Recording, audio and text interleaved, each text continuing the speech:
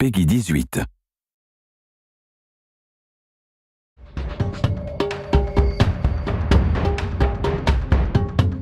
You look at any screenshot of BRINK, you know it's BRINK. It can't be mistaken for anything else.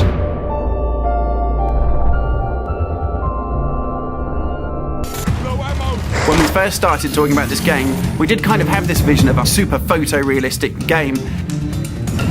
Well, everyone's done the realistic thing. We didn't want to do something that's done 1,000 times before. It wasn't until Olivier sort of came on board where we actually came along with the ultra-realistic, sort of exaggerated toon style. Olivier and I argued about that stuff for a while. Olivier had this vision for the artistic style of the game, the characters, the environment, and he's stuck with it.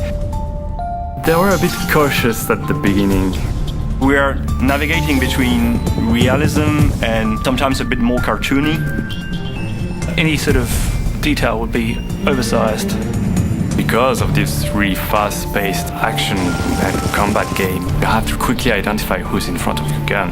So having this kind of exaggerated style makes things easier for everybody. The facial animation, that's something that is quite difficult to achieve. If you remove just a little bit of expression on an eyebrow, you have a very different result. So for the animations, we've been using a type of motion capture, but where you capture at the same time the voice of the actor, the body motion, and the facial expression of the actor. So that was our approach, to come up with something a bit different, not just realistic. The environment is just absolutely kick-ass. For the Founders Tower, and we used a clean white architecture style.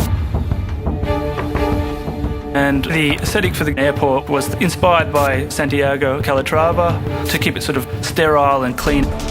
As you head further south to the areas where refugees are arriving, you enter more shantytown-like features, clearly inspired by favelas from Rio de Janeiro.